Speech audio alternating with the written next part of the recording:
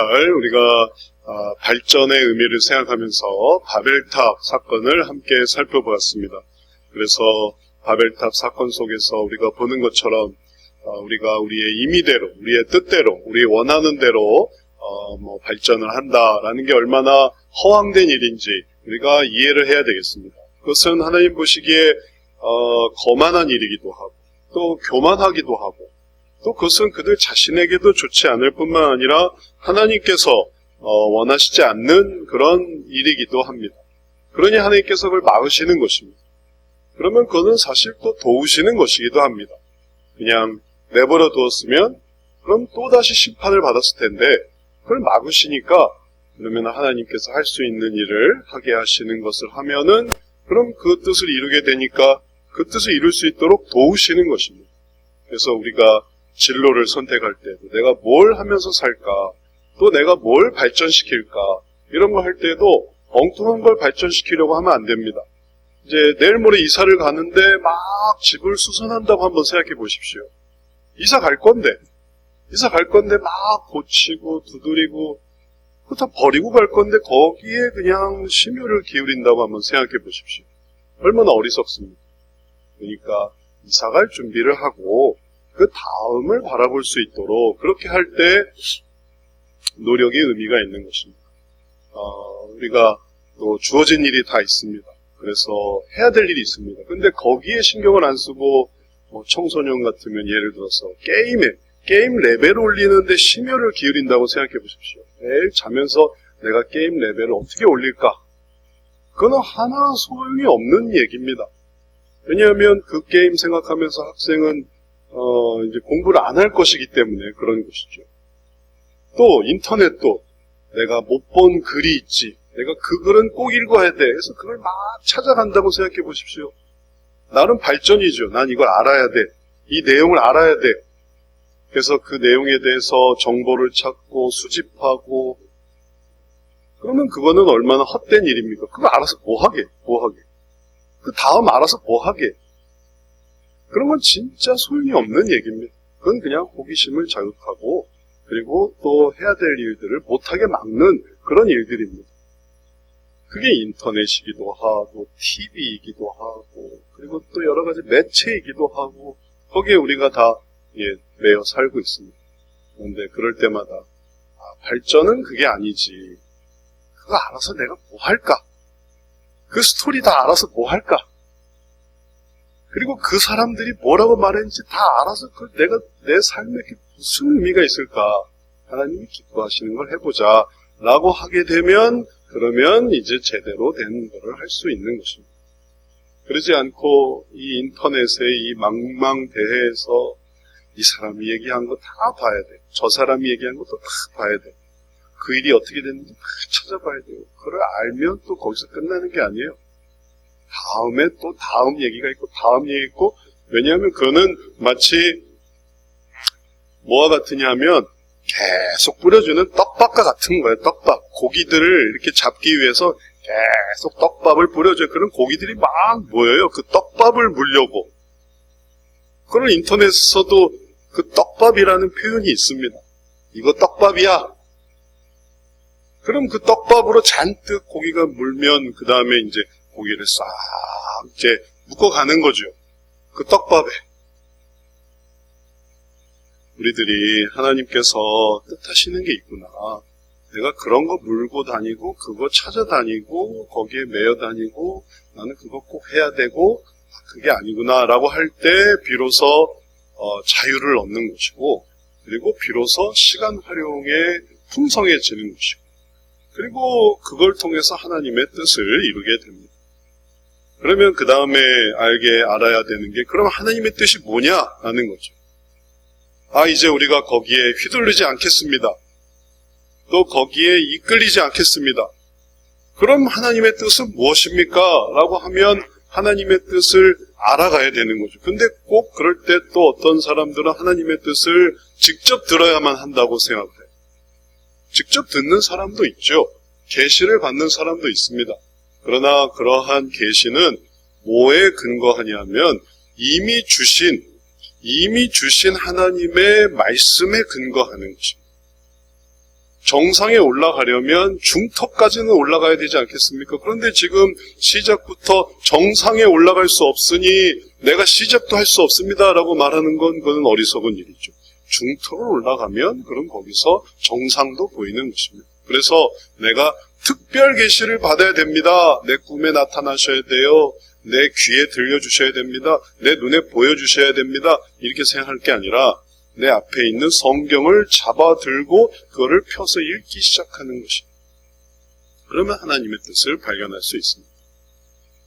그럴 때 우리들에게 가장 의미 있게 이 바벨탑 사건에서 뒤로 돌아가면 이제 아브라함 얘기가 나오지만 그 전에 있었던 의미 있는 게 바로 노아의 방주. 노아의 방주는 우리들로 하여금 하나님의 뜻이 이것이구나 라는 것을 너무 잘 설명해 줍니다.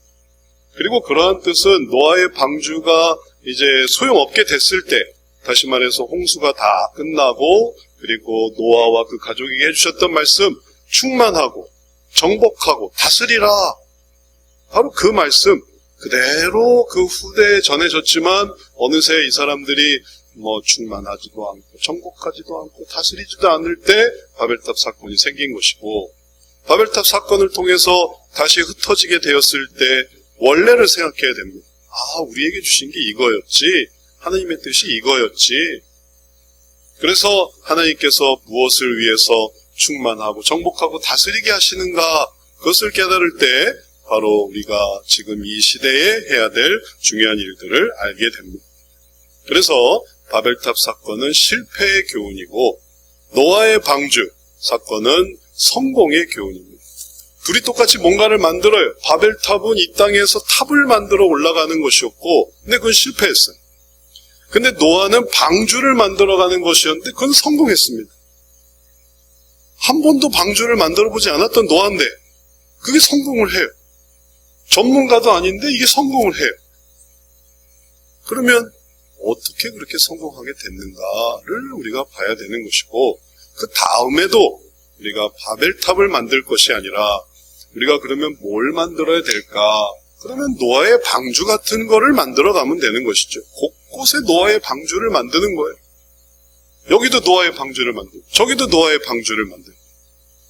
그럼 이제 우리는 물을 대비하는 게 아닌 다음에 그 구원을 대비하는 그런 일들을 해나갈 때 그건 성공적인 것입니다. 그건 의미 있는 것이에요. 오늘 말씀 속에서 우리는 바로 그러한 발전의 의미를 생각해 보아야 되겠습니다. 이제 다시금 우리의 기억을 되새기기 위해서 하나님께서 어떤 뜻으로 방주를 만들게 하셨는가 보면 13절부터 14절 오늘 본문 말씀의 시작이 이렇습니다. 하나님이 노아에게 이르시되 모든 혈육 있는 자의 포악함이 땅에 가득하므로 그 끝날이 내 앞에 이르렀으니 내가 그들을 땅과 함께 멸하리라. 그래서 노아에게 말씀하셨습니다. 혈육 있는 자의 포악함이 땅에 가득했다. 그리고 그 끝날이 내 앞에 이르렀다. 그들에 대한 심판이, 그들에 대한 종말이, 그들에 대한 하나님의 처벌이 이제 하나님께서 행하지 않으면 안 되는 상황까지 왔습니다. 그들을 땅과 함께 멸하리라.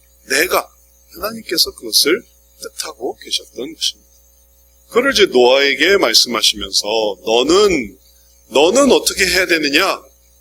하나님의 이 심판은 하나님께 달린 것이고 너는 바로 이렇게 해서 구원을 이루어라 라는 구원의 길을 열어주시는 것입니다. 노아에게. 그래서 하나님께서 노아에게 어떻게 구원을 이룰 수 있을까요? 그 구원을 이룰 방법을 만들어주시는 거죠. 그래서 그들을 멸할 텐데 너는 내가 이렇게 구원할 건데 요 방식대로 구원을 받아라 해서 고페르 나무로 너를 위하여 방주를 만들되 그 안에 칸들을 막고 역청을 그 안팎에 칠하라 라고 하는 것입니다. 여기서 이 고페르 나무는 사실은 정확한 이 번역을 찾을 수가 없어서 그냥 고페르 나무라고 한 거예요. 이게 무슨 나무인지를 알 수가 없는 상황이 돼버렸어요. 이게 무슨 나무인지. 특별한 나무인데 그냥 음역을 한 거예요. 고페르 나무.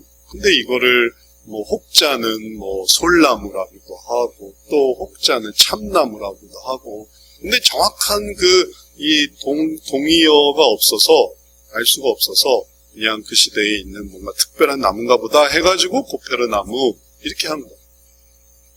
너를 위하여 방주를 만드는데 방주는 칸들을 막고 역청을 그 안팎에 칠해라.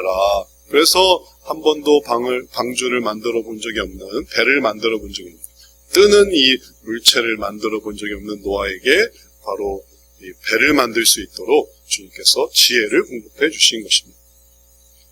누가 하나님보다 더 지혜롭겠습니까? 누가 하나님보다 더 이 모든 일들에 있어서 이 정보를 더 알 수 있겠습니까? 뭐가 효과적인지 그걸 시험해보고 또 도전해보고 또 시행착오를 겪어보고 알아야만 하는 것을 한 번에 해결하게 하는 그 하나의 지식, 그건 하나님께 달린 거예요.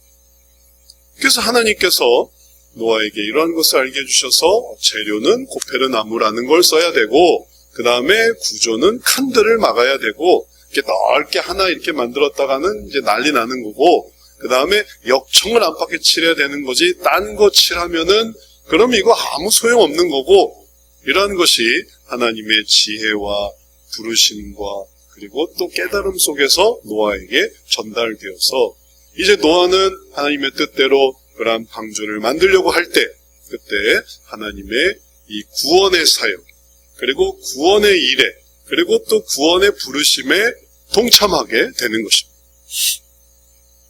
구원을 얻게 하시는 하나님의 뜻이라는 것은 오늘날 우리들에게 구원을 얻게 하는 이런 발전의 뜻과도 동일합니다.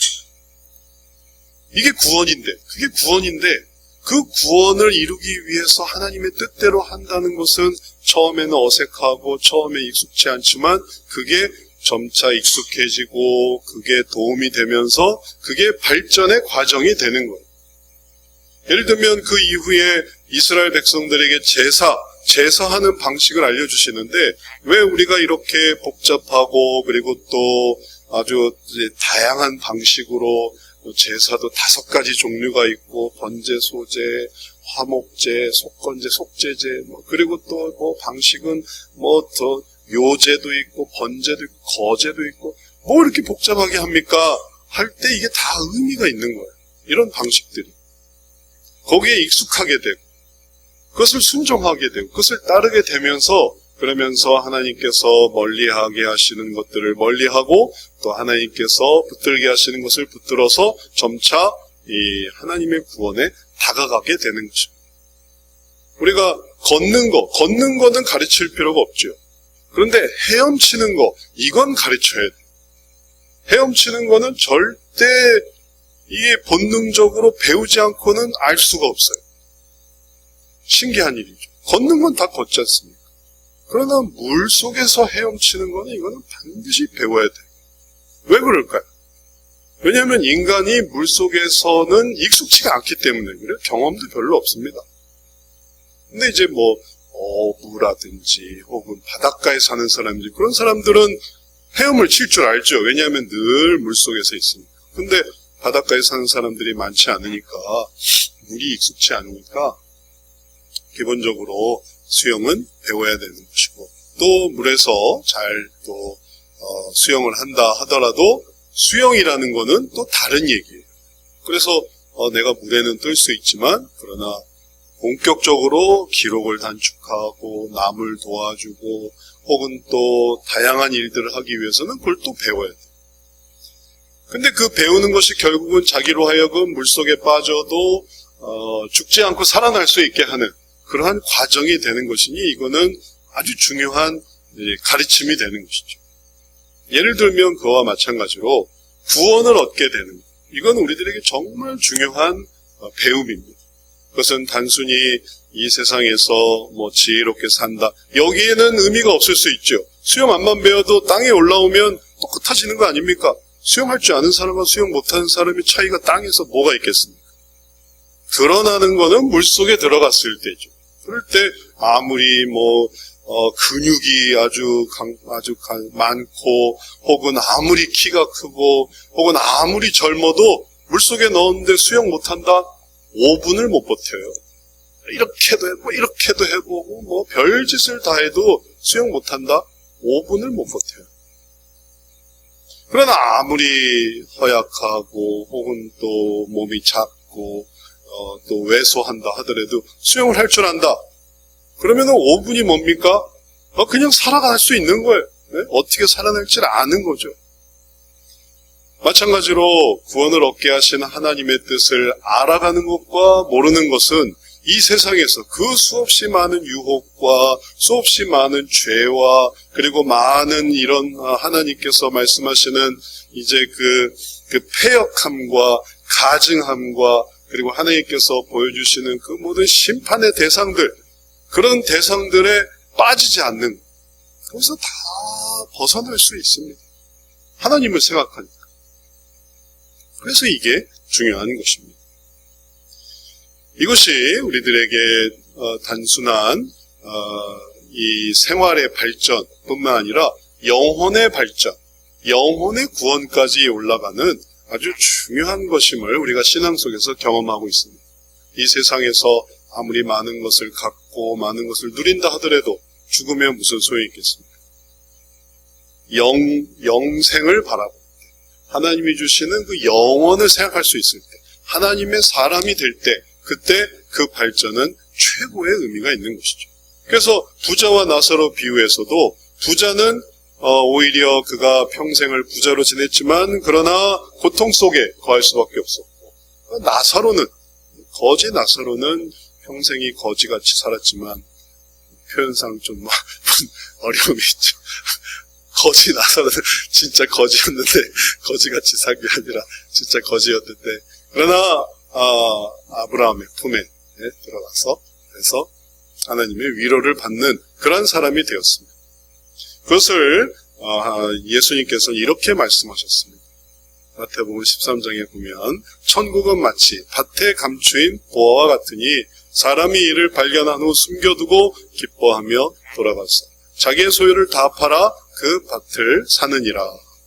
이게 하나의 과정을 보여주는 거예요. 밭에 감추인 보화를 발견하는 것이 바로 천국인데, 사람이 이를 발견하게 되기까지 그건 얼마나 발전입니까? 그걸 발견하기 위해서 여기도 파보고 저기도 파보고 그러다가 딱 알게 되는, 그게 발견인 것이죠. 그러나 세상에서는 아무리 그 분야를 살펴봐도 천국의 보화를 발견을 할 수가 없어요. 그거는 원래 없으니까. 허무하지 않습니까? 그 끝이 어떻게 됐는데? 제가 종종 그런 끝을 봐요. 그래서 끝이 어떻게 됐는데? 마지막이 어떻게 됐는데? 마지막에 허무하게 이룰 말할 수가 없어요. 그것이 교훈이 있기를 합니까? 이게 뭐든, 영화든 드라마든 뭐 신문이든 잡지든 소설이든 다 그 끝은 허무합니다. 왜 그게 허무할까? 그건 실상이 아니기 때문에 그건 다 만들어낸 거예요. 그건 다 허구예요. 왜 떡밥을 먹는 게 그들이 먹이가 되지 않습니까? 왜 떡밥은 먹이가 될 수 없어요? 떡밥만 먹으면 고기가 살 수 있지 않을까?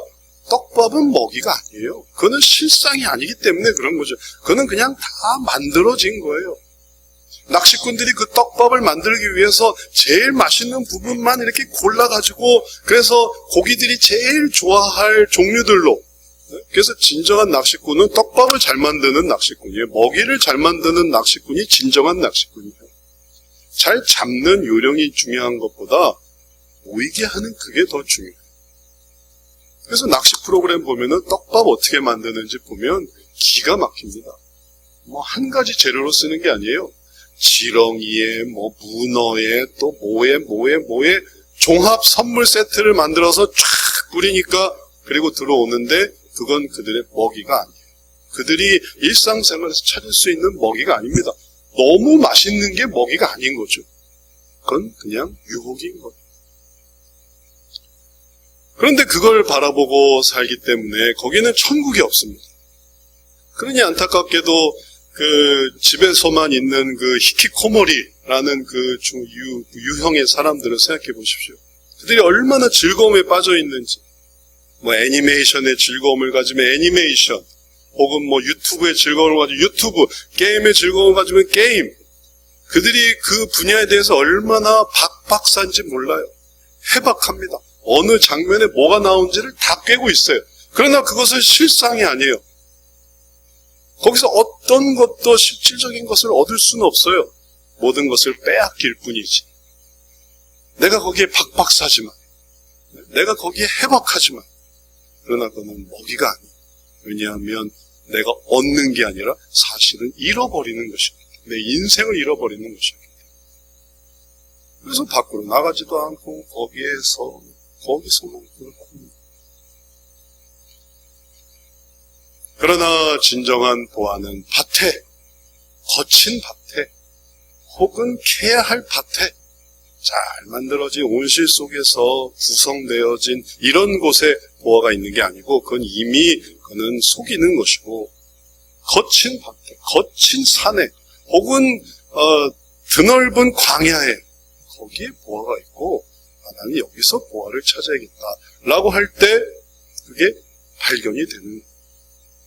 성경 읽으면 성경이 얼마나 어렵고 따분하고 지루하고, 그러나 그 속에 보화가 있습니다.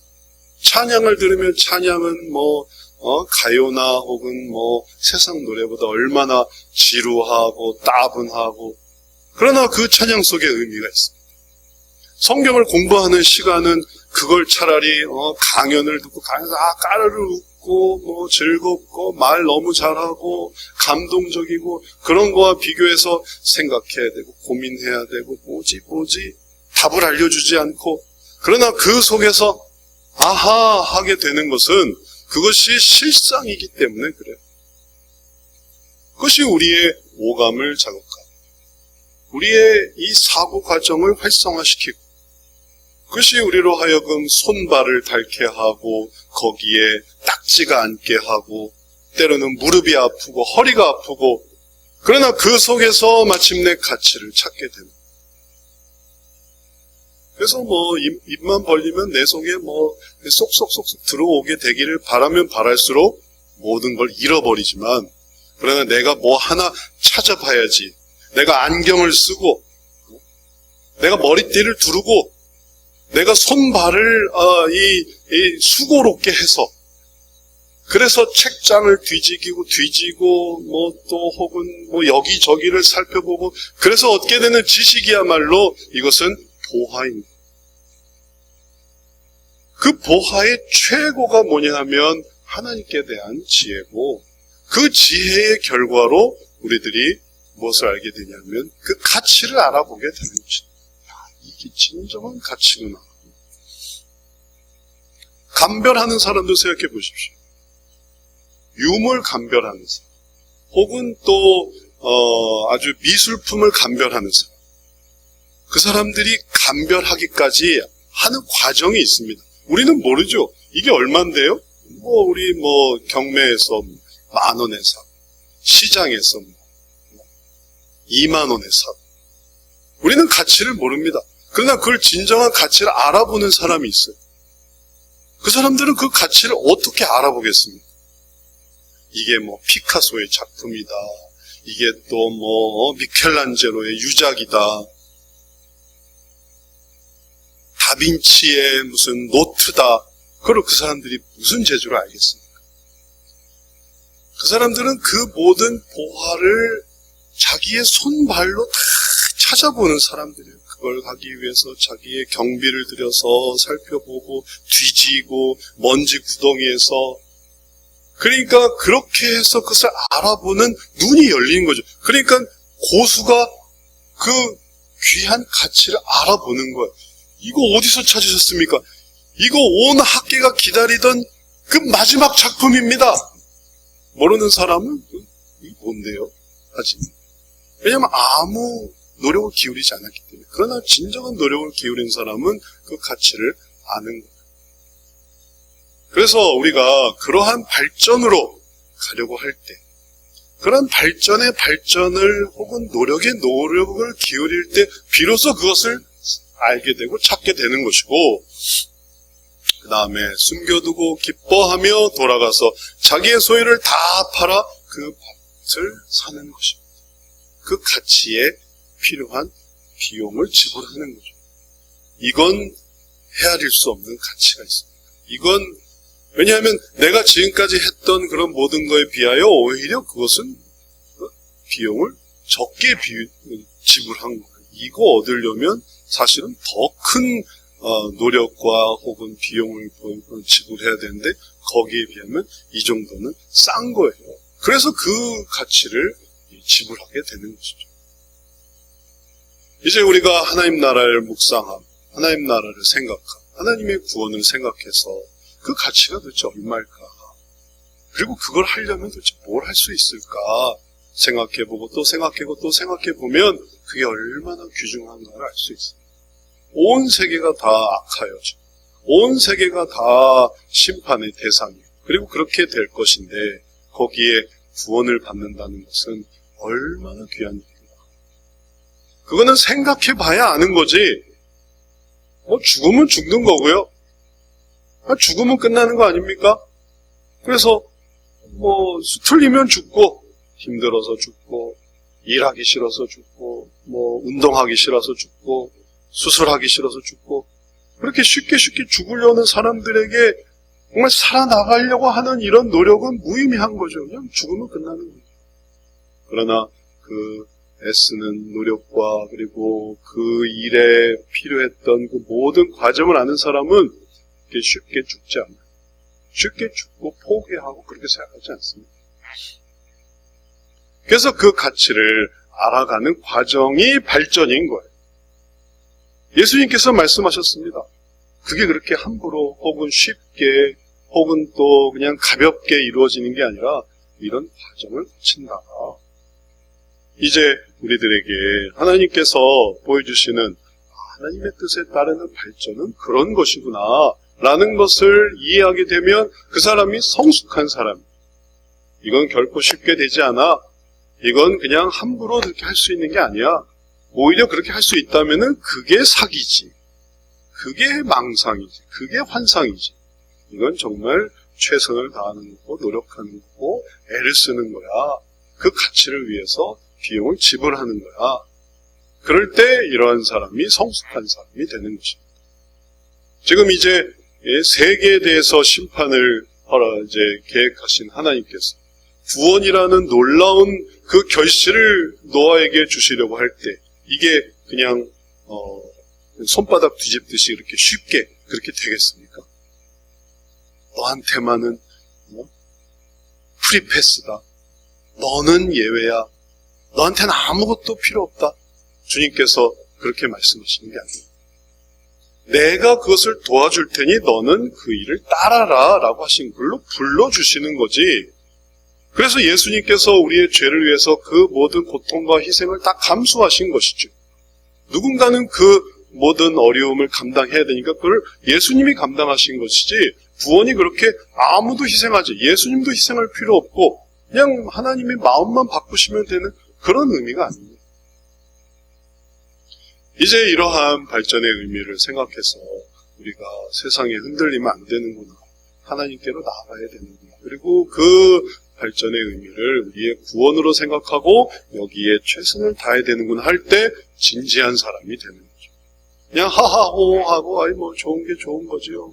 이것도 좋고 저것도 좋고 우상숭배도 좋고 하나님도 좋고 이 길로 가면 되고 저 길로 가면 이런 사람이 성숙한 사람이 아니고 이게 진짜 중요하구나, 심각하구나, 여기에 최선을 다해야 되는구나 하는 사람이 그 사람이 성숙한 사람이 되고 그러한 발전이 하나님이 기뻐하시는 발전, 진지한 발전이 되는 것이죠. 이제 하나님의 뜻의 방향을 알았으면 그럼 이제 하나님의 뜻을 어떻게 실현하면 될까요? 어떻게 실현하면 될까요? 이제 구체적인 그 방법이 나옵니다. 내가 만들 방주는 이러하니 그 길이는 300규빗, 너비는 50규빗, 높이는 30규빗이라. 이게 나중에 과학자들이 연구한 바에 의하면 황금 비율이래. 배의 황금 비율. 그리고 이 황금 비율에 따라서 항공모함이 지어진다. 이게 옆으로의 하중과 앞으로의 이 충격과 그리고 또 밑으로의 그 모든 중력을 다 완벽하게 방어할 수 있는 놀라운 비율이라는. 이 시대에 그들이 수중 실험을 했습니까? 압력 실험을 했습니까? 그런 거 아무것도 안 하고 그냥 이걸 알게 된 거다 하나님이 이건 진짜 답을 알려주신 거예요. 답을. 원리를 알겠어요. 받아 적어라. 공식은 이거다. 배를 만드는 공식은 이거야. 주님이 다 알려주셨어요. 머릿속에 딱 생각나게 하셨어요. 야, 그런 공식이 있구나. 그런 공식이 자연 현상 속에 하나님 만드신 것에 있어요. 그러면 이제 우리들이 하나님은 공식을 다 알려주시네. 답을 다 알려주시네. 그거 받아 적기만 하면 야, 이제 우리가 뭐도 만들 수 있겠냐? 야, 우리가 배도 만들 수 있겠고 잘하면 타임머신도 만들 수 있겠네. 타임머신이 뭐야? 우주선도 만들고 로켓도 만들고 또 핵폭탄도 만들고 뭐도 만들고 다 만들 수 있겠네. 하나님께서 이 정확한 비율과 그리고 기가 막힌 그 지식을 알려주실 때에 목적이 있습니다. 목적, 의미가 있습니다.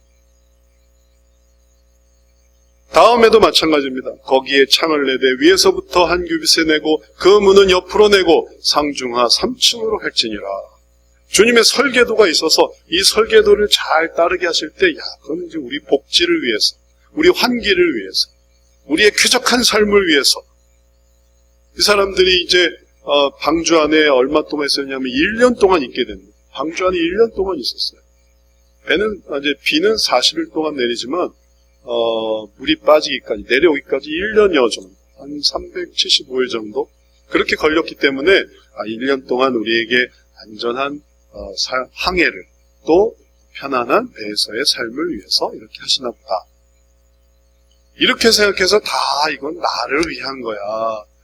나를 위해서, 그러면 1층은 내 방을 만들고 2층은 우리 놀이터 만들고 3층은 또 우리 거실 만들고, 우리 이 방주가 이렇게 넓은 방주를 우리 가족 7명이서 다 쓰면 되겠네. 그럼 얼마나 자기중심적인 것입니까?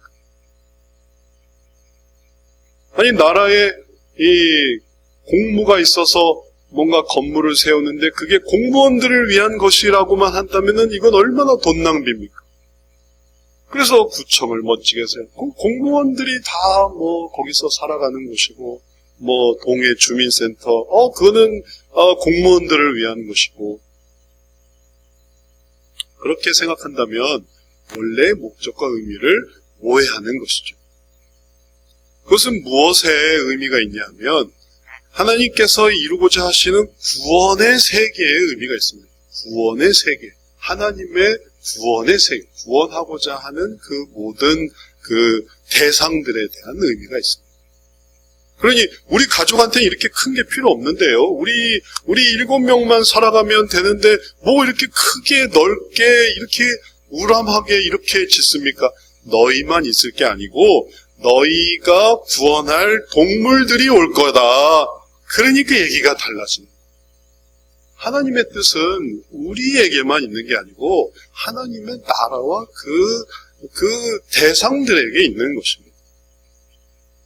그러니 구원을 나의 구원 혹은 나만 먹는 구원, 나만 누리는 구원 이렇게 생각하면 할수록 그는 또 다른 누가 되냐 하면은 하나님의 심판받을 대상이 되는 거예요. 한번 상상해 보십시오. 하나님께서는 원래 다 물을 통해 심판하시고 그 패역함을 바깥에 두시고 안에는 뭘 두시려고 하냐면 구원과 하나님의 뜻에 맞는 삶을 두시려고 하셨는데 이 안을 패역함으로 만들면 그럼 그 안이 어떻게 되겠어요? 나를 위한 발전으로, 나를 위한 세계로 이게 꽉 채워져서 여기는 내 놀이방, 여기는 놀이방 1, 놀이방 2, 놀이방 3, 여기는 게임방 1, 게임방 2, 게임방 3, 여기는 영화관 만들고, 여기는 운동장 만들고, 여기는 수영장 만들고, 그래서 우리 배를 우리가 다 쓰고 동물들이나 혹은 생명을 구원할 것들은 출입 금지. 그러면 그 안이 뭐가 되겠습니까? 안과 밖이 차이가 없는 거예요. 밖을 물로 패역함을 없애려고 했는데 안도 이게 엄청 패역하게 되는 것이죠. 우리가 이러한 오해를 하지 않도록 기억해야 되는 건 뭐냐면은 하나님의 뜻을 따르는 뭔가 뜻이 있겠지. 내가 섣불리 이건 나한테 뭔가 이게 아니라 하나님의 뭔가 뜻이 있겠지. 일단 순종하자. 이런 마음이 제일 안전한 마음이죠. 내가 여기에 또 내 생각을 만들고 내 구상을 만들고 이걸 내가 예상하고 예단하고 그러면 그럴수록 그거 다 없앨 거예요. 네? 그거 다 포기될 거예요. 그거 다 두고 갈 거라고. 근데 내가 먼저 막 이렇게 구상해가지고 새로운 세계를 만들려고 하면 그거는 헛된 발전이고 하나님께서 보실 때에 또 환상을 갖는구나. 또 망상하는구나. 그러니 그걸 중단하고 하나님 뜻에 순종해서 하나님께서 하게 하시는 대로 뭔가 뜻이 있겠지. 뭔가 쓰심이 있겠지. 그 다음에 딱 나오거든요. 거기다 동물들을 넣어라. 그러면 이제 얘기가 되는 거예요. 그래서 상층에 있어야 될 동물과 중층에 있어야 될 동물과 하층에 있어야 될 동물 이게 딱딱딱 나누고 창은 그래서 딱 나오는 거고 그래서 문은 이렇게 만드는 거고 뜻이 역시 있으셨군요. 의심할 필요가 없어요. 하나님의 지시사항과 가르치심이 있을 때 그 뜻에 귀를 기울이고 그 뜻을 내가 먼저 앞서가기보다는 그 뒤를 잘 따라가려고 하다 보면 그럼 알게 되는 거죠. 우리는 다 알 수 없습니다. 왜냐하면 이게 인생이 다 밝혀지지 않았으니까. 우리는 왜 그런 경험을 해야 했습니까? 우리는 왜 여기 창을 내야 했습니까? 왜 이걸 했어야만 했습니까? 지금은 필요 없는데요. 근데 그게 다 의미가 있어요. 그러니까 의미를 알게 되기 전까지는 그냥 따라가는 거죠. 뭔가 의미가 있을 거야 하고 그걸 따라갈 때 그때 만들어가는 과정에 가치가 생기는 것입니다. 우리들에게 노아의 방주는 단순한 소극적인 순종이 아니라 하나님의 뜻을 이루는 적극적인 순종, 이거를 깨닫게 합니다. 이제 우리가 이러한 것들을 해나가는 거예요. 이전에 해봤느냐 안 해봤느냐 이게 의미가 없습니다. 또 그것을 멋지게 하느냐 아니면 허름하게 하느냐 이런 것도 의미가 없습니다. 노아의 방주 자체도 딱 1년 쓰고 말 거예요. 노아의 방주를 2년 썼습니까? 3년 썼습니까? 그게 박물관이 됐습니까? 그게 유적이 됐어요? 아무 의미도 없어요. 거기에 들어갈 때야 의미가 있지 거기서 나오고 난 다음에는 2번 다시 들어갈 필요가 없어요. 그러니 하나님께 나아가고 하나님을 따라가고자 할 때에 그때 그것은 방주를 넘어 세상으로, 세상을 넘어 영혼으로, 영혼을 넘어 영생으로 끝없이 펼쳐지는 거예요. 그러니 어느 하나에 묻혀서 거기에 장식하고 예쁘게 꾸미고 혹은 거기에 빠져서 또 거기서 또 누군가 뿌려주는 떡밥을 물고 그리고 그 떡밥에 해결되지 않는 떡밥.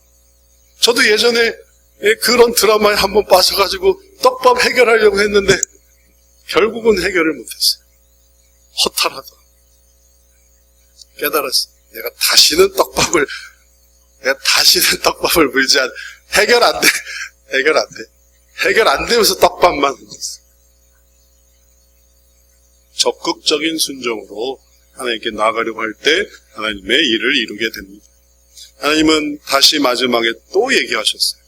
아까 얘기했는데 또 얘기하세요. 17절. 내가 홍수를 땅에 일으켜 무릇 생명의 기운이 있는 모든 육체를 천하에서 멸절하리니 땅에 있는 것들이 다 죽으리라. 반드시 그 일을 하리라. 주님께서 하실 일을 말씀해 주셨습니다. 그건 하나님께 달린 거죠. 우리가 어떻게 할 수 있는 게 아니지 않습니까? 하나님께 심판이 있고 그리고 우리한테는 뭐가 있냐면은 구원을 맡겨주셨어요.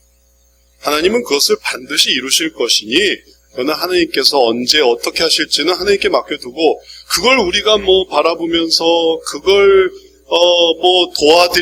우리가 도울 수도 없고 막을 수도 없고 어떻게 할 수가 없어요. 그건 그냥 그럼 우리가 해야 될 일을 할 중요한 동기가 될 뿐이에요. 그래서 구원은 우리들에게, 구원을 위한 발전은 우리들에게. 그래서 어떻게 하면 그 보화를 얻게 할까? 보화의 가치를 어떻게 깨닫게 할까? 보화를 어떻게 숨기게 할까? 보화를 위해서 어떻게 하면 그가 자신의 귀한 것을 드릴 수 있게 할까? 어떻게 하면 거기는 패역함이 있지만 여기는 진실함이 있도록 어떻게 할 수 있을까? 이런 것들을 하다 보면 어느새 우리가 그 구원 속에 살아가게 되는 것이죠. 우리 자신이 이러한 것들을 지금도 할 수 있고 그런 것들을 지금도 깨달아 가고 있습니다. 그런 것들을 계속 깨달아 가면 우리가 해야 되는 거죠.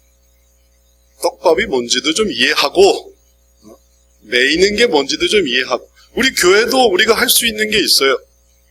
우리가 뭘 할 수 있겠습니까? 할 때 뭐 할 수 있는 게 없겠습니까? 어제도 우리 성진이, 준석 씨 같이 교회도 청소하고 전도도 하고 할 수 있는 게 있었어요. 그럼 또 오늘 주일 우리가 예배도 드리고 식사도 하고 성경 공부도 하고 할 수 있는 게 있는 거죠. 성경 공부도 하고 또 주일에 또 같이 통화도 하고 기도도 하고 우리가 할 수 있는 게 있는 거죠. 이런 것들이 바로 하나님의 뜻을 이루는 것이고 그럴 때 우리가 이런 것들을 왜 했습니까? 하면 우리는 주의 심판을 예비했습니다. 또 우리는 저희가 할 수 있는 대로 만들려고 했습니다. 그걸 어떻게 쓰시는지는 그건 주님께서 알아서 하시는 것이죠. 그 이유는 잘 몰라요. 1년의 과정들이 이렇게 진행하면서 왜 그런 일이 있었습니까? 왜 우리는 뭐 그런 제안을 받았습니까? 왜 우리는 또 이렇게 했습니까? 우리 모르죠. 그럼 어떻게 다 알겠습니까? 근데 알려고도 하지 않아요. 사실은 뭔가 뜻이 있겠지. 굳이 그걸 알려주시지 않으면은 몰라도 되나 보다 하고 그리고 또 원래 하던 일을 하게 되면 그럼 우리는 항상 요 안에 진실함을 밖에는 패역함을 두고 안에는 진실함을 두어서 하나님의 뜻을 이루어 갈 것입니다. 말씀을 마치겠습니다. 하나님의 뜻을 이루는 발전 그것이 노아의 방주의 핵심이에요. 배를 잘 만들어서 산 게 아닙니다. 하나님의 뜻에 순종해서 산 거죠. 나머지는 다 하나님이 보완해 주셨어요. 동물들을 어떻게 끌고 오나 걱정할 필요가 없어요. 또 방주의 문은 누가 닫아주지? 걱정할 필요가 없어요. 시기는 우리가 지금 시간을 맞추고 있나? 걱정할 필요가 없어요. 하나님이 다 알아서 하실 거예요. 그러니 우리가 할 수 있는 대로 주의 뜻을 이루는 발전을 하루하루 행하다 보면 우리의 삶 속에 주님의 뜻을 따르는 구원을 이룰 것을 기억하고 이러한 것을 이루어 나가는 우리 모두 되시기를 주의 이름으로 축원합니다. 사랑의 주님, 하나님께서 우리에게 주시는 거룩한 구원의 뜻을 우리 마음속에